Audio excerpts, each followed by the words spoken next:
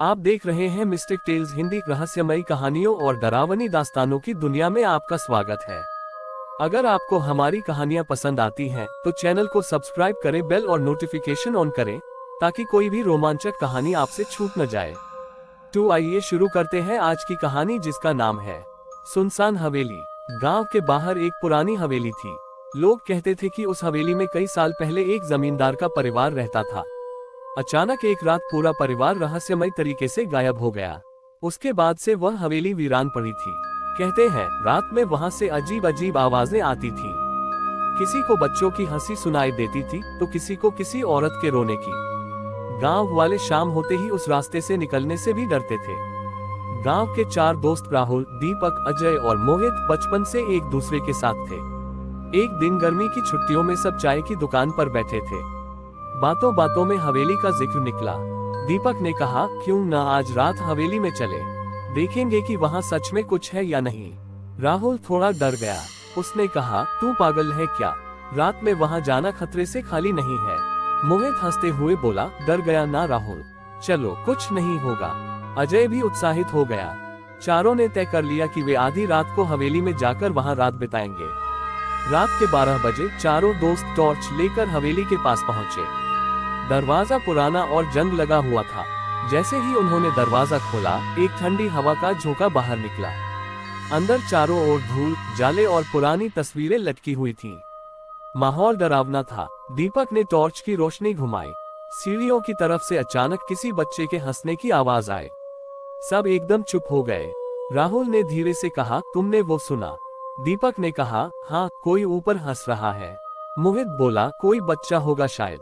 अजय ने कहा, आधी रात को यहाँ बच्चा कहाँ से आएगा। अचानक पीछे का दरवाजा अपने आप धड़ाम से बंद हो गया। सब चौंक गए। राहुल डर के मारे बोला, किसने बंद किया ये दरवाजा? दीपक ने कहा, चलो ऊपर चलते हैं, देखते हैं। राहुल बोला, मुझे अच्छा नहीं लग रहा। मोहित ने कहा, डरपोक मत बन, आओ। चारों धीरे धीरे सीढ़ियां चढ़ने लगे। ऊपर जाते ही दीवार पर उन्हें एक अजीब सी परछाई दिखी, लेकिन वहां कोई नहीं था। अचानक टॉर्च की रोशनी टिमटिमाने लगी। राहुल चीख पड़ा। उसी समय ऊपर का दरवाजा जोर से बंद हो गया। सब घबरा गए। चारों ओर अंधेरा और सन्नाटा छा गया। किसी औरत की धीमी हंसी की आवाज सुनाई देने लगी। दीपक कांपती आवाज में बोला, ये क्या हो रहा है? मोहित ने कहा, शांत रहो।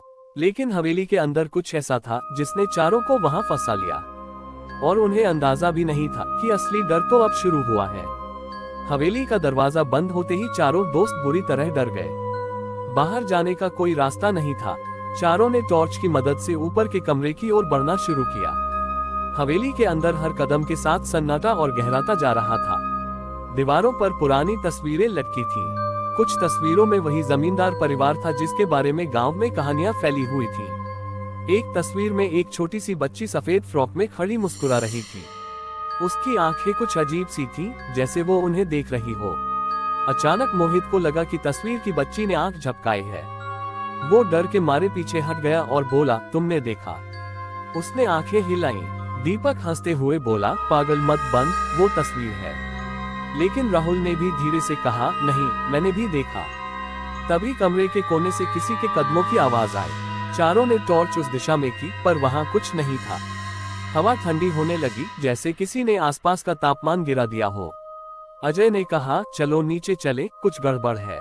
लेकिन जैसे ही उन्होंने मुड़कर सीढ़ियां उतरनी चाही, सीढ़ियां गायब थीं। वहां अब एक लंबा अंधेरा गलियारा था जो उन्होंने पहले कभी नहीं देखा था। मोहित बोला, ये रास्ता पहले यहाँ नहीं था। राहुल कांपती आवाज में बोला, हमें बाहर जाना है। दीपक ने कहा, अब जब हम यहाँ आ ही गए हैं तो देखते हैं अंदर क्या है। चारों उस अंधेरे गलियारे में धीरे धीरे आगे बढ़े। रास्ता संकरा और लंबा था।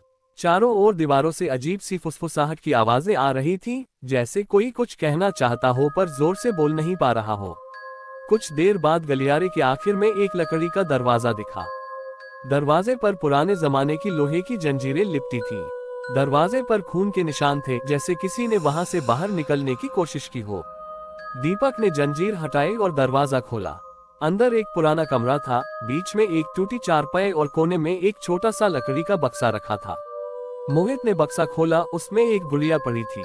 सफेद कपड़े, लाल फीते और चेहरे पर हल्की मुस्कान। लेकिन उसकी आंखें काली और गहरी थी, मानो जीवित हो। राहुल ने घबराकर कहा, ये वही बच्ची की गुड़िया है ना, जो तस्वीर में थी। जैसे ही उसने ये कहा, कमरे की लाइट्स टिमटिमाने लगी और दरवाजा अपने आप बंद हो गया। गुड़िया की आंखों में लाल चमक दिखाई दी और अचानक कमरे में किसी बच्ची की आवाज गूंजने लगी, मेरी गुड़िया, वापस दो। सब चीख उठे। मोहित ने गुड़िया को नीचे फेंक दिया, लेकिन गुड़िया हवा में तैरने लगी। धीरे धीरे वो चारों की तरफ बढ़ने लगी। दीपक चिल्लाया, भागो। चारों दरवाजे की ओर भागे, लेकिन दरवाजा बंद था। कमरा हिलने लगा। दीवारों पर बच्चे की हंसी और औरत के रोने की आवाजें एक साथ गूंजने लगी। राहुल जमीन पर गिर गया। उसे लगा जैसे किसी ने उसका हाथ पकड़ लिया हो। उसने जोर से खींचा, लेकिन पकड़ बहुत मजबूत थी। दीपक और अजय ने मिलकर उसे उठाया। जैसे तैसे उन्होंने दरवाजा तोड़ा और गलियारे की ओर भागे। लेकिन गलियारा अब पहले जैसा नहीं था। वह लंबा होता जा रहा था। ऐसा लग रहा था जैसे हवेली उन्हें बाहर निकलने ही नहीं देना चाहती। हर मोड़ पर वही दीवारें, वही दरवाजे, वही आवाजें। अजय हांफते हुए बोला, ये हवेली जिंदा है। मोहित ने डरते हुए कहा, हम यहाँ से कभी नहीं निकल पाएंगे। उसी समय गलियारे के आखिरी छोर पर वही सफेद कपड़ों में बच्ची दिखाई दी। वही चेहरा जो तस्वीर में था। उसके होठों पर हल्की मुस्कान और आंखों में लाल रोशनी। उसने कहा, तुमने मेरी गुड़िया को क्यों छुआ? चारों के शरीर में सिहरन दौड़ गई। हवेली की दीवारें चीखने लगी। दरवाजे बंद हो गए, लाइट बुझ गई और वहां सिर्फ चीखें गूंजने लगी। गलियारे में खड़ी वह बच्ची स्थिर नजर से चारों को देख रही थी। उसकी आंखों से लाल रोशनी निकल रही थी। हवेली की दीवारों से चीखने और फुसफुसाने की आवाजें आ रही थी। चारों दोस्त वहीं जम गए। उनके पैरों में जैसे जान ही नहीं बची थी। अजय ने धीरे से कहा, अब क्या करें? दीपक बोला, पीछे भागो, जल्दी। लेकिन जैसे ही उन्होंने मुड़कर भागना चाहा, उनके पीछे भी वही बच्ची खड़ी थी। अब वो दो जगहों पर दिखाई दे रही थी, सामने भी, पीछे भी। सबके चेहरे पर डर साफ झलक रहा था। राहुल ने चिल्लाकर कहा, हमें बाहर निकलना होगा। मोहित बोला, पर रास्ता कहाँ है? ये गलियारा तो खत्म ही नहीं हो रहा। तभी हवेली के बीच से एक अजीब सी घंटी बजने की आवाज आई। गलियारा अचानक हिलने लगा और जमीन पर दरारें पड़ने लगी। चारों जैसे तैसे पास के कमरे में घुस गए और दरवाजा बंद कर दिया। कमरे के अंदर पुराना फर्नीचर, टूटी कुर्सियां और एक बड़ा आईना था। आईना पुराना और धूल से ढका हुआ था, लेकिन जैसे ही उन्होंने टॉर्च की रोशनी उस पर डाली, आईने में उन्हें खुद की परछाई नहीं दिखी, बल्कि जमींदार परिवार की तस्वीर जैसा दृश्य दिखा। एक आदमी, एक औरत और वही बच्ची, सब एक साथ खड़े मुस्कुरा रहे थे। दीपक बोला, ये क्या है?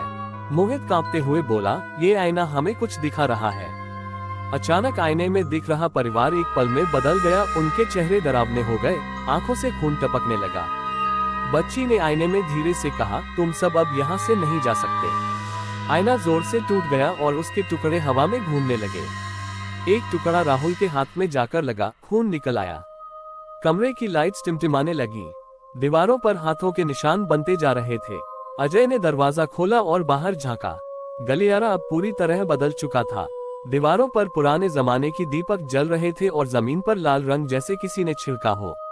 हवेली की बनावट अब किसी भूल भुलैया की तरह लग रही थी। दीपक बोला, ये जगह हमें फंसा रही है। मोहित ने गुस्से में कहा, बस अब डरना बंद करो, हम बाहर निकलेंगे। वो गलियारे में दौड़ने लगा, बाकी तीनों उसके पीछे। हर मोड़ पर दरवाजे अपने आप खुलते और बंद होते जा रहे थे। कभी बच्ची हंसती सुनाई देती, कभी औरत की चीख। ऐसा लग रहा था कि हवेली उन्हें किसी खास जगह की ओर ले जा रही है। आखिरकार वे हवेली के नीचे एक पुराने तहखाने के दरवाजे के सामने पहुंचे। दरवाजा आधा टूटा हुआ था और अंदर से ठंडी हवा आ रही थी। अंदर जाने के अलावा कोई और रास्ता नहीं था। चारों धीरे धीरे नीचे उतरे। सीढ़ियां लंबी और अंधेरी थी। नीचे पहुंचते ही उन्होंने देखा कि तहखाने में एक पुराना पूजा घर था, लेकिन अब वहां सब उल्टा पुल्टा था। मूर्तियां टूटी हुई, दीवारों पर खून जैसे निशान और बीच में जमीन पर एक बड़ा गोल निशान बना हुआ था, जैसे किसी ने वहां कोई तांत्रिक अनुष्ठान किया हो। राहुल कांपती आवाज में बोला, मुझे लगता है इसी जगह कुछ हुआ था। दीपक बोला, यही वो जगह है जहां ये सब शुरू हुआ। तभी तहखाने के कोने से जोरदार हवा का झोंका आया। दीपक की टॉर्च बुझ गई। अचानक वो बच्ची फिर से उनके सामने आ गई। उसके चेहरे पर मुस्कान थी, लेकिन आंखों में अब क्रोध था। उसके पीछे जमींदार और उसकी पत्नी की आत्माएं भी नजर आ रही थीं। बच्ची ने कहा, तुमने मेरी गुड़िया ली, अब तुम सब हमेशा यही रहोगे। दीवारों पर आग जैसी लपटें उठने लगी, तहखाना हिलने लगा, जमीन में दरारें पड़ने लगी। चारों दोस्त चीखने लगे। वे भागना चाहते थे, लेकिन तहखाने का दरवाजा अपने आप बंद हो गया। राहुल जोर से बोला, हमें इस श्राप को तोड़ना होगा, नहीं तो हम मर जाएंगे। मोहित ने कहा, पर कैसे? चारों ने चारों ओर देखा। तभी दीपक की नजर पूजा घर में रखी एक पुरानी किताब पर पड़ी। किताब पर लिखा था, श्राप वही तोड़ सकता है जो सच को पहचान ले। दीपक ने किताब उठाई और खोली। अंदर कुछ मंत्र और एक कहानी थी, उस जमींदार परिवार की असली कहानी। कैसे बच्ची की मौत रहस्यमय तरीके से हुई थी और उसकी आत्मा हवेली में बंध गई थी। परिवार के बाकी लोग भी उसी श्राप में फंस गए थे। दीपक ने कहा, अगर हम इस किताब में लिखा मंत्र पढ़ लें, तो शायद ये आत्माएं मुक्त हो जाएं। अजय बोला, तो जल्दी पढ़। जैसे ही दीपक मंत्र पढ़ने लगा, हवेली की चीखें और तेज हो गईं। बच्ची गुस्से में चीखने लगी। चारों ने मिलकर पूरी ताकत से मंत्र पूरा किया। मंत्र खत्म होते ही अचानक पूरा तहखाना शांत हो गया। बच्ची की आत्मा धीरे धीरे गायब होने लगी। उसके चेहरे पर अब गुस्से की जगह शांति थी। जमींदार और उसकी पत्नी की आत्माएं भी मुस्कुराते हुए लुप्त हो गईं। लेकिन तभी हवेली के ऊपर से जोरदार धमाका हुआ। दीवारें फिर से हिलने लगीं। दीपक बोला, ये खत्म नहीं हुआ। राहुल ने कहा, कुछ और है यहाँ। तहखाने में अचानक फिर से हलचल मच गई। चारों दोस्त समझ ही नहीं पाए कि अभी अभी जो शांत माहौल बना था, वो पल भर में कैसे बदल गया। ऊपर से जोरदार धमाके की आवाजें आ रही थीं। हवेली की दीवारें फिर से हिलने लगीं। दीपक ने कहा, ये क्या हो रहा है?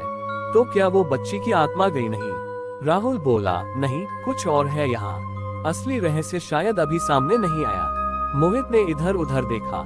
दीवार के कोने में एक पुराना लकड़ी का दरवाजा था, जो आधा टूटा हुआ था। उसके पीछे अंधेरा था। अजय बोला, चलो देखते हैं अंदर क्या है, अब पीछे मुड़ना बेकार है। चारों दरवाजा खोलकर अंदर गए। वहां एक गुप्त रास्ता था, जो तहखाने से निकलकर हवेली के पिछले हिस्से की ओर जाता था। रास्ता संकरा और लंबा था। चारों तरफ दीवारों पर पुराने तेल के दिए लगे थे, जिनमें हल्की हल्की लौ जल रही थी, जैसे कोई उन्हें रास्ता दिखा रहा हो। राहुल ने कहा, ये दिए इतने सालों से कौन जला रहा है? किसी के पास जवाब नहीं था। रास्ता खत्म हुआ तो एक बड़ा कमरा सामने था। कमरे की दीवारों पर पुरानी पेंटिंग्स टंगी थी, लेकिन ये पेंटिंग्स गांव के लोगों की थी। कुछ जान पहचान वाले चेहरे भी दिख रहे थे। ऐसा लग रहा था कि हवेली का अतीत गांव से गहराई से जुड़ा हुआ है। दीपक ने एक पेंटिंग पर हाथ लगाया। अचानक वो पेंटिंग हिलने लगी और दीवार का एक हिस्सा खुल गया। अंदर एक छिपा हुआ कमरा था।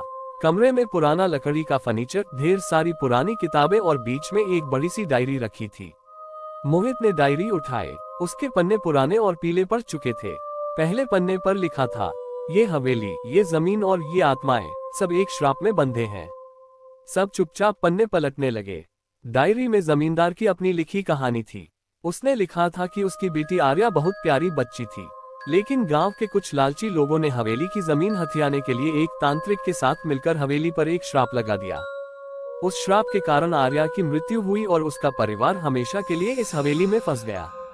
अजय ने धीरे से कहा, मतलब हवेली की आत्माएं बुरी नहीं थी, वो तो फंसी हुई थी।